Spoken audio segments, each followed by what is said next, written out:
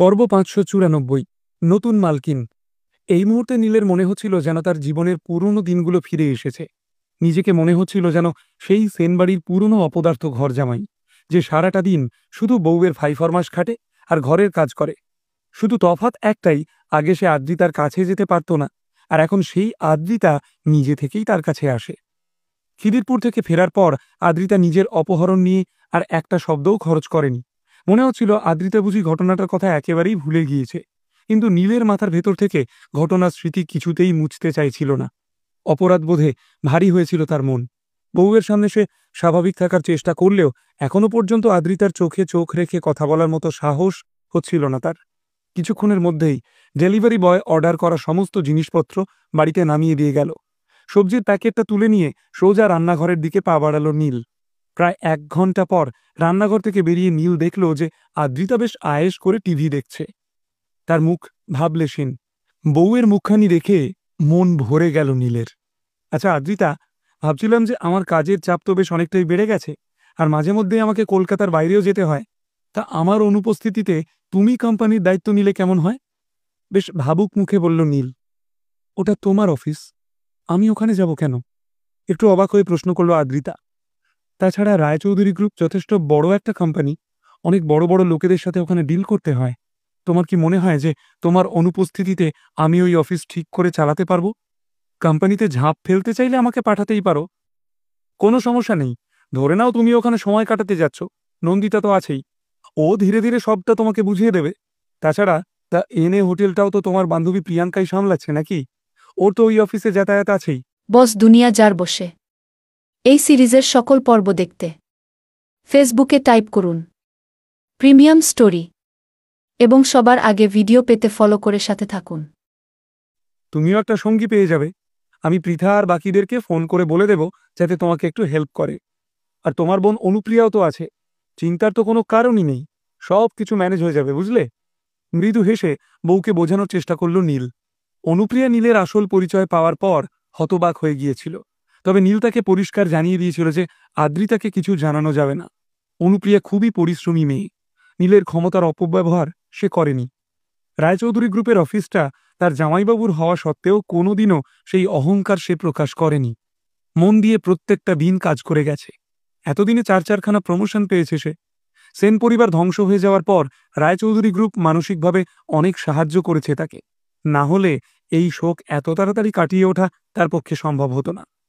আচ্ছা, অনুপ্রিয়ার নামটা কানে যেতেই টান টান হয়ে বসল আদ্রিতা। মুহূর্তের মধ্যে মুখের ভাব বদলে গেল তার। এই মুহূর্তে সেন পরিবারের কোনো অস্তিত্ব এই পৃথিবীতে নেই। এক চিত্রা ছাড়া একমাত্র অনুপ্রিয়াকেই নিজের পরিবারের সদস্য বলে ভাবতে পারে আদ্রিতা। ঠিক আছে, তাহলে ওই কথাই রইল। কাল তুমি আমার সাথে অফিসে যাবে। সাথে সাথে সিদ্ধান্ত নিয়ে ফেলল নীল। কাজটা করার পেছনে নীলের নিজস্ব কিছু উদ্দেশ্য ছিল। নিজের সমস্ত পিছুটান সরিয়ে রেখে ইম্পেরিয়াল ক্যাপিটালের উদ্দেশ্যে রওনা দিতে চলেছিল সে। কবে ফিরবে বা আদৌ ফিরবে কিনা তার কোনো নিশ্চয়তা নেই বলে আগে থেকে সবকিছু গুছিয়ে রেখে যেতে চাইছিল নীল। যদিও রায়চৌধুরী গ্রুপের দায়িত্ব নন্দিতাই সামলাচ্ছিল, তবে পরিস্থিতি এখন আগের থেকে অন্যরকম হতে চলেছে। কাজেই কোনো বাইরের লোকের হাতে রায়চৌধুরী গ্রুপের দায়িত্ব দিয়ে যেতে পারবে না সে। নীল আদ্রিতা আগেও অনেক খারাপ পরিস্থিতির সম্মুখীন হয়েছে। নীল প্রত্যেকবারই যদিও আদ্রিতাকে বিপদ থেকে উদ্ধার করে এনেছে, কিন্তু কতদিন? প্রত্যেকবার তো আর ভাগ্য সহায় হতে পারে না। তাই নীলকে এবার বাড়ি থেকে বেরিয়ে গিয়ে তার সমস্ত শত্রুর মোকাবিলা করতে হবে, আর নিজের ভবিষ্যৎ গড়ে তুলতে হবে। আর নয়, ইম্পেরিয়াল ক্যাপিটাল চলে গেলে কলকাতায় তার এই বিশাল সাম্রাজ্য সামলানোর কেউ থাকবে না। তাই নিজের সব থেকে প্রিয় মানুষটাকে তার যোগ্য সিংহাসনে বসিয়ে যাওয়াটাই ভালো।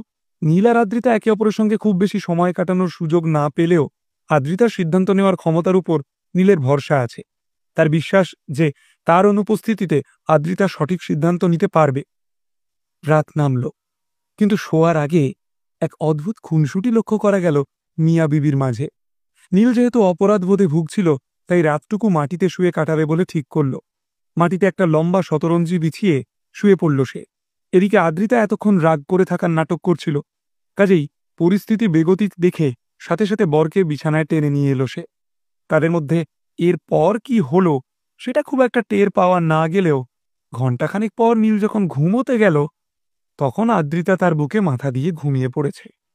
সকালে ঘুম ভাঙার পর শরীরটা বেশ ঝরঝরে বলে বোধ হলো নীলের।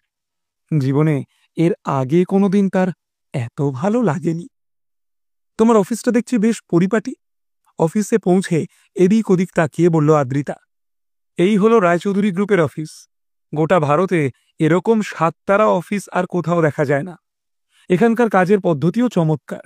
ভারতের অধিকাংশ নবীন ছেলেমেয়েদের স্বপ্ন এখন এই অফিসে চাকরি পাওয়া, সেটা পিআর হোক বা মার্কেটিং বা ক্লায়েন্ট সলিউশন। তবে মধ্যমেধার লোকেদের এখানে কোনো জায়গা নেই। কাজেই আদ্রিতার দিক থেকে এরকম প্রতিক্রিয়া অত্যন্ত স্বাভাবিক। নতুন একটা পরিবেশে গেলে মানুষ স্বভাবতই চারপাশের লোক আর সেই পরিবেশকে চিনতে একটু সময় নেয়। আদ্রিতাও তাই এই অজানা পরিবেশে নিজেকে মানিয়ে নেওয়ার চেষ্টা করে চলেছিল। জিনিসটা অনেকটা স্কুলের ছোট বাচ্চাদের মতন। বাচ্চারা প্রথম স্কুলে ভর্তি হয়ে যেমন ক্লাসের অন্যান্য বাচ্চাদেরকে চেনার চেষ্টা করে, স্কুলের ফার্স্ট বয় বা গার্ল পরীক্ষায় যেমন ভালো নম্বর পেয়ে খারাপ নম্বর পাওয়া ছেলে মেয়েদের দিকে অদ্ভুত নজরে তাকিয়ে থাকে, ঠিক সেই রকম। ছোটবেলা থেকেই আমাদের মধ্যে সেন্স অব সুপিরিয়রিটির ধারণাটা ঢুকিয়ে দেওয়া হয়। তবে একদিন যখন ক্লাসের ভালো ছেলেটা বুঝতে পারে যে সে এতদিন খুব একটা ভালো কিছু ছিল না, তখন সমীকরণ কিছুটা বদলে যায়। আবার বেশ কিছু পড়াশোনায় খারাপ ছেলে মেয়ে যখন হঠাৎ করে ভালো রেজাল্ট করতে শুরু করে, তখন শুরু হয় হতাশা আর হিংসের দৌড়। আদ্রিতার সাথেও এমনটাই ঘটছিল। প্রথম দিন থেকে নীলকে সে একজন অপদার্থ বলে জেনে এসেছে। এমন সময় হঠাৎ যখন সে জানতে পারল যে নীল রায়চৌধুরী গ্রুপের মালিক, তখন মনটা একটু খারাপ হয়ে গিয়েছিল তার। অবশেষে আজ নীলের সাথে রায়চৌধুরী গ্রুপের অফিসে আসার সুযোগ পেতেই মনে এক অদ্ভুত অস্থিরতা কাজ করতে শুরু করলো আদ্রিতার। নীলের প্রতি শ্রদ্ধায় মাথা নিচু হয়ে আসছিল। নীলকে সব রকমভাবে খুশি করতে চাইছিল সে। আবেগে মন ভরে আসছিল। মনে শুধু একটাই কথা ঘুরে বেড়াচ্ছিল, এখনই যদি নীলের এত রমরমা, তাহলে ভবিষ্যতে কি হবে? কয়েক বছর আগেও নীলের জন্য এমনই সব স্বপ্ন দেখত আদ্রিতা। অবশেষে তার স্বপ্নকে আজ পূরণ করতে পেরেছে নীল। অন্যদের চোখে নিজেকে যোগ্য প্রমাণ করার জন্য কঠিন পরিশ্রম করেছে সে। এখন সে আদ্রিতাকেও ছাপিয়ে গিয়েছে, অনেক অনেক দূরে গিয়ে গিয়েছে। এমন সময় আবারও আদ্রিতার মাথার মধ্যে সেই খারাপ চিন্তাটা ঘাই মারতে লাগলো। সত্যিই কি সে নীলের যোগ্য? বারবার আদ্রিতার মনে এই প্রশ্ন এলেও এর কোনো জবাব তার কাছে নেই। ওদিকে বউয়ের মুখে এমন প্রশংসা শুনে গর্বে বুক ফুলে উঠেছিল নীলের। বারবার নানা রকমভাবে নিজের পরিশ্রমের প্রমাণ দিতে চাইছিল সে। আদ্রিতা, আমার এই যা কিছু দেখছ, সেগুলো সমস্তই এখন থেকে তোমারও। নিজের কেবিনের জানলার দিকে ইশারা করে বলল নীল। এই কেবিনের জানলা থেকে পুরো কলকাতা শহরটা দেখা যায়। হঠাৎ আদ্রিতার মনে হলো সে বুঝি অনেক অনেক উপরে পৌঁছে গিয়েছে। নীল, আদ্রিতা কিছু একটা বলতে যাচ্ছিল, এমন সময় কেবিনের দরজা খুলে প্রবেশ করল সেক্রেটারি নন্দিতা। তার পরনে ধোপ দুরস্ত কর্পোরেট পোশাক। স্যার, এই কয়েকটা ডকুমেন্টস মিস্টার রাহুল বাসু পাঠিয়েছেন, এগুলোতে আপনাকে একটু সই করে দিতে হবে। নন্দিতা নীলের সাথে কথা বললেও তার চোখ ছিল আদ্রিতার দিকে।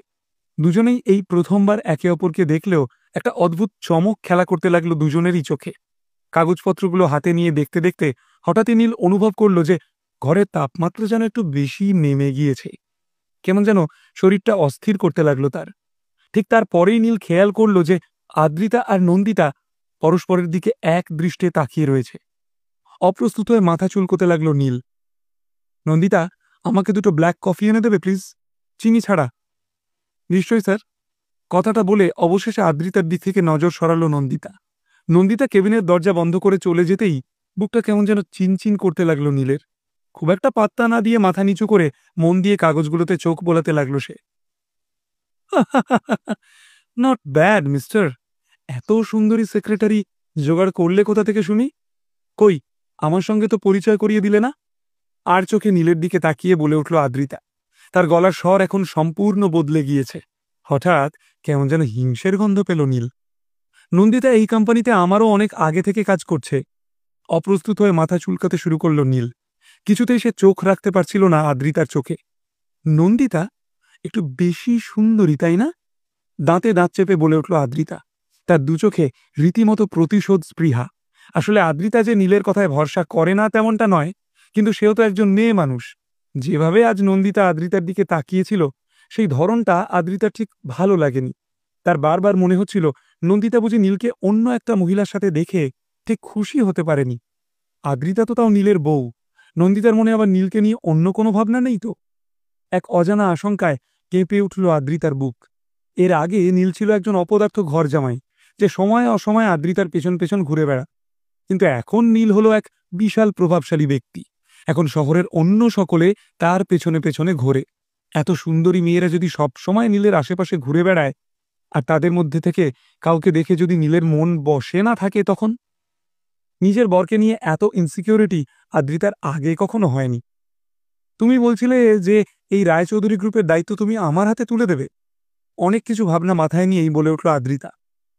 নিশ্চয়ই, তুমি হলে আমার স্ত্রী, আর এই রায়চৌধুরী গ্রুপ তোমার অধিকার। অত্যন্ত স্বাভাবিক স্বরে বলে চলল নীল। তোমার কিন্তু ভয় পাওয়ার সত্যিই কোনো কারণ নেই। আর কোম্পানিতে কিভাবে কি করবে সেটার জন্য আমাকে জিজ্ঞেস করারও কোনো প্রয়োজন নেই। অন্যান্য ডিপার্টমেন্টের সমস্ত কিছু নন্দিতাই হ্যান্ডেল করে নেবে। তোমাকে শুধু কয়েকটা কাগজে সই করতে হবে।